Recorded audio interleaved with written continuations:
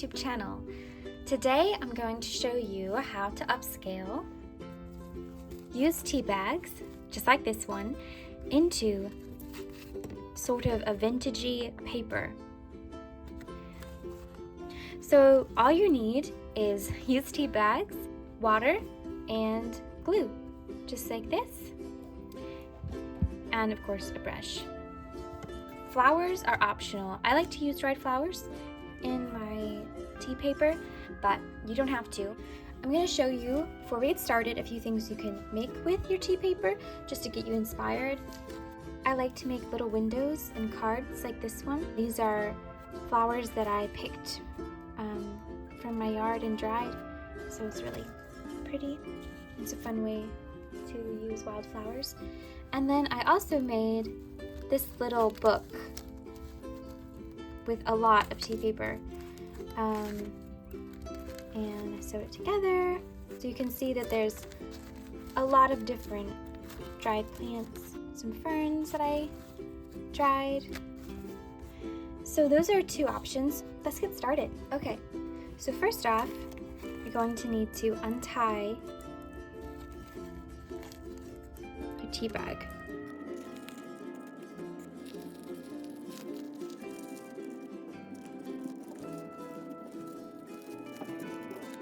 And then you're going to want to dump out, obviously, you're going to want to dump out the used tea.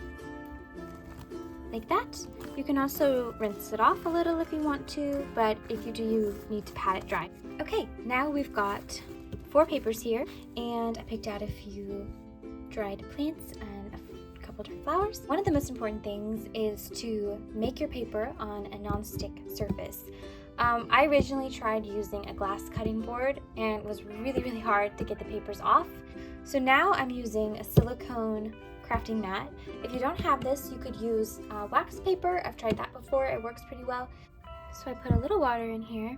It's about half Elmer's glue, half water is the mixture, but it doesn't have to be exact. And I'll mix it up a bit. So lay down one of your tea bags.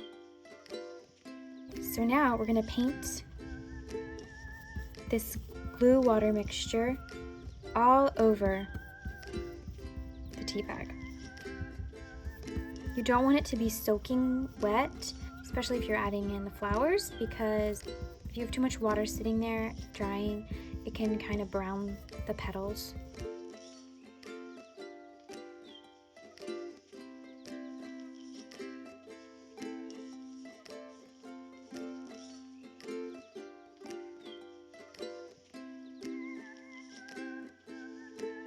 Okay, so now just pick out what you want to put on. I think I want to lay it over this directly.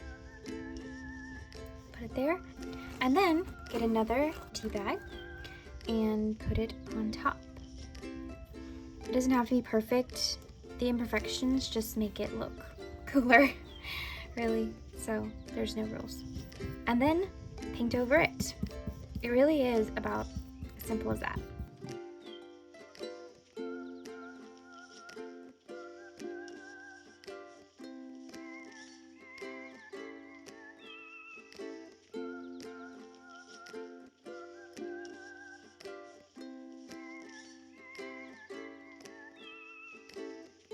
And now it just has to dry, and we'll work on the second one.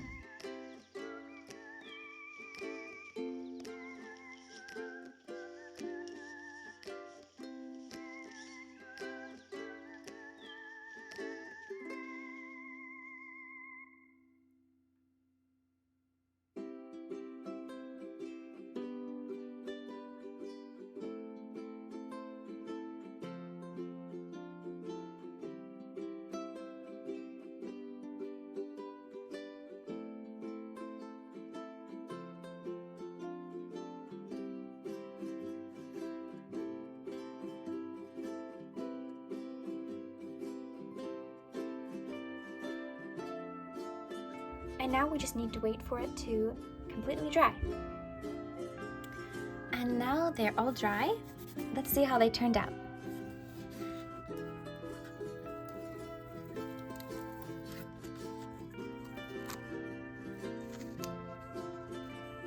first one.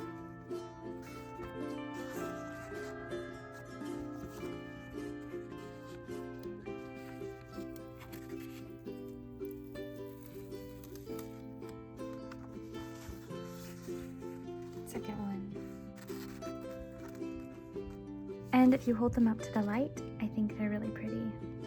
So really the possibilities of what you can do with these is endless. You could use them in junk journals, you could use them to write to your pen pal, you could use them to make a little notebook like I did. I've seen some people make lanterns with them, which looks really fun. You could paint little flowers with acrylic paint, or I also had the idea you could make like a fantasy map on here in watercolor. So I just think there's just so many ways to use them. Thank you so much for crafting with me. Best of luck making your own tea paper, and I'll see you next time.